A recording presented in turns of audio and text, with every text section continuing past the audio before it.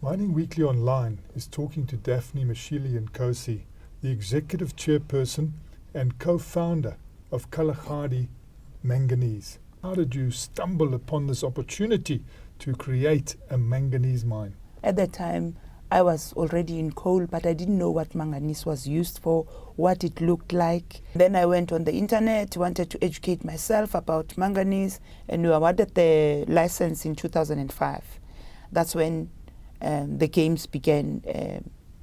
Capital raising, you need to raise funding, because remember, when you have a dream of getting a license to mine, you never think about you need 60 million to do a bankable feasibility study.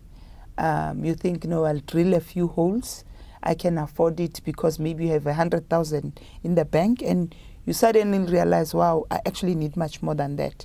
This is real transformation of the economy of South Africa. This mine is a game changer. Not an ounce will be sold raw. We will beneficiate.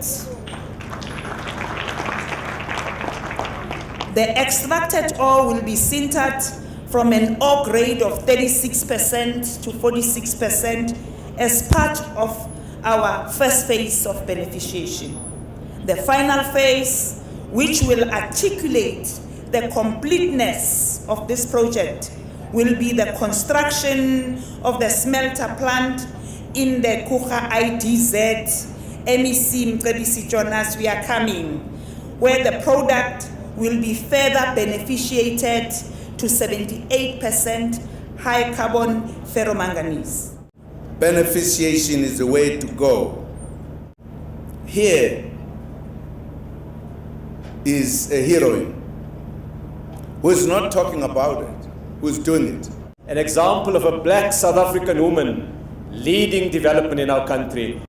She's the first woman in the world, not only in South Africa, in the world, to start mining from scratch to where it is today.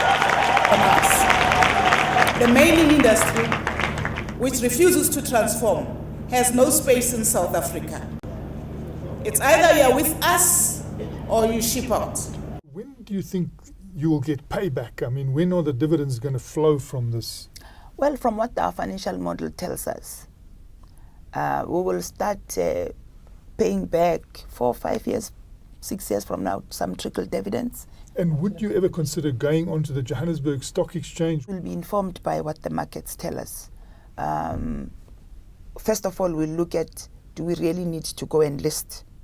And what is it that we would need to pay? Do we want to pay, our debt earlier?